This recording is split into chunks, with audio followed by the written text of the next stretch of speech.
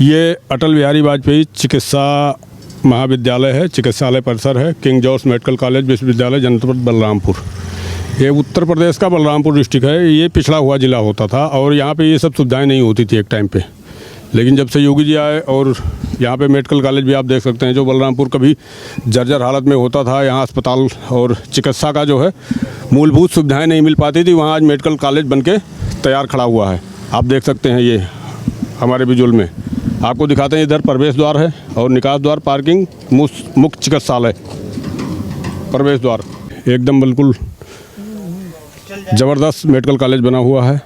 ऐसे लगता है जैसे 5 स्टार प्राइवेट अस्पताल के तरह आपको दिखेगा, लेकिन प्राइवेट अस्पताल नहीं है, मेडिकल कॉलेज है, सरकारी है। दिखाते हैं जो ये मेडिकल कॉलेज बना है, इसके अंदर क्या क्या सुविधाएं हैं और किन किन सुविधाओं से लैस है। जो बलरामपुर बिल्कुल पिछड़ा हुआ होता था, यहाँ पे अस्पताल नहीं होते थे, लेकिन आज आपको बलरामपुर में मेडिकल कॉलेज दिखाता हूँ।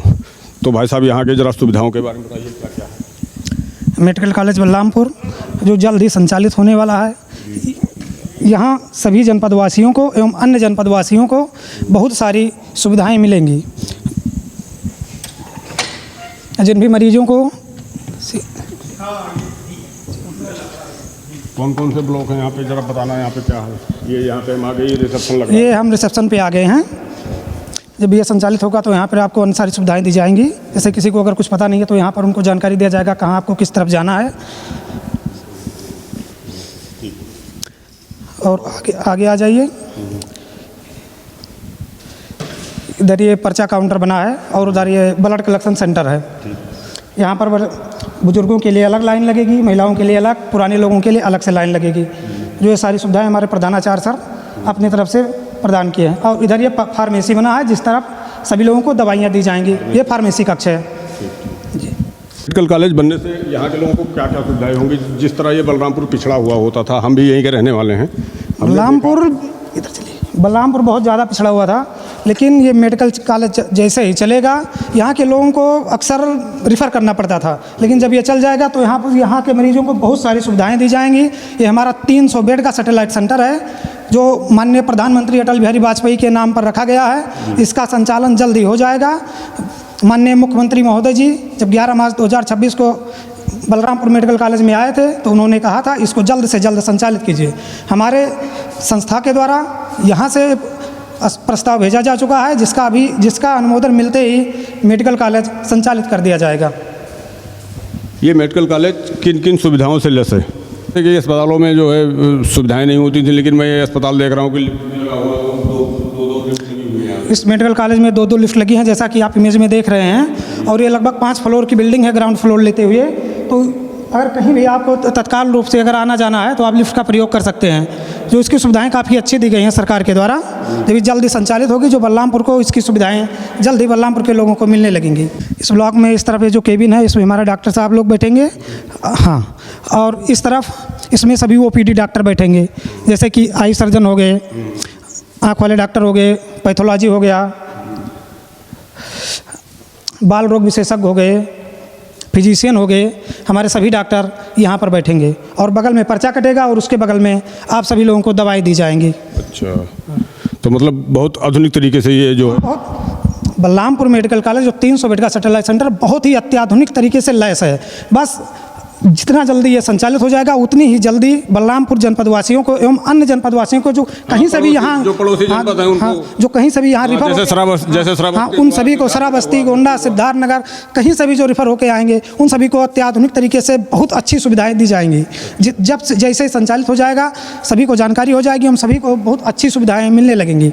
रिसेप्शन ऐसे लग रहा है कि जैसे मतलब कोई प्राइवेट अस्पताल हो, प्राइवेट अस्पताल के अस्पताल। हाँ, जो भी रिसेप्शन है इसमें मतलब बहुत अच्छे तरीके से बनाया गया है। कैंटीन की भी सुविधा है यहाँ पे। कैंटीन की भी सुविधा है।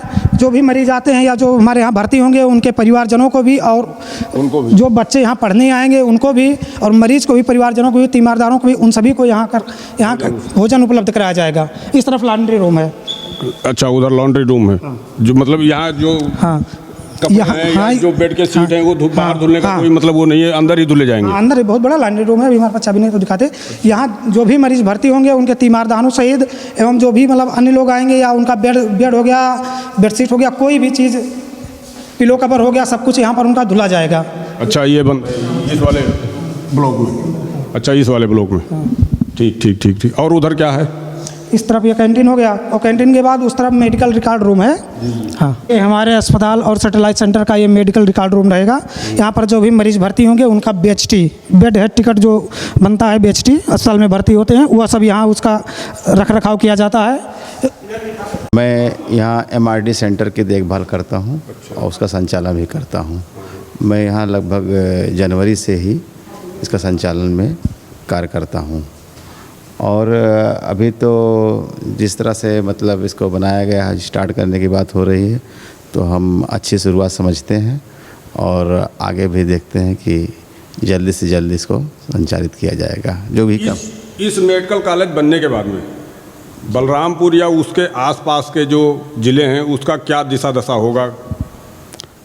इससे ये होगा कि जो हमारे पेशेंट हैं, जो अभी तक लखनऊ, बहराइच या अन्य ज़िलों में जाते थे ट्रीटमेंट के लिए, उनको अब जाना नहीं पड़ेगा। इसके खुल जाने से अच्छी सुविधाएं और बेहतर मतलब स्वास्थ्य का देखभाल होगा, किया जाएगा यहाँ पे और मिलेगा भी।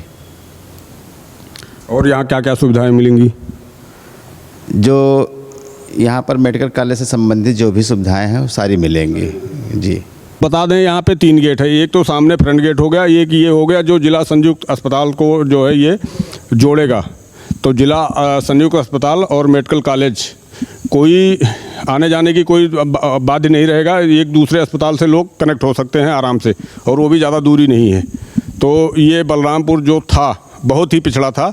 जब 2014 में बीजेपी की सरकार आई, प्रधानमंत्री नरेंद्र मोदी जी बने, तो वहाँ से उन्होंने नीति आयोग बनाया। नीति आयोग से वहाँ से उन्होंने जिलाधिकारी भेजे, और जितने भी भारत में पिछड़े ज़िले थे उन ज़िलों को सीधा प्रधानमंत्री द्वारा मॉनिटरिंग किया गया।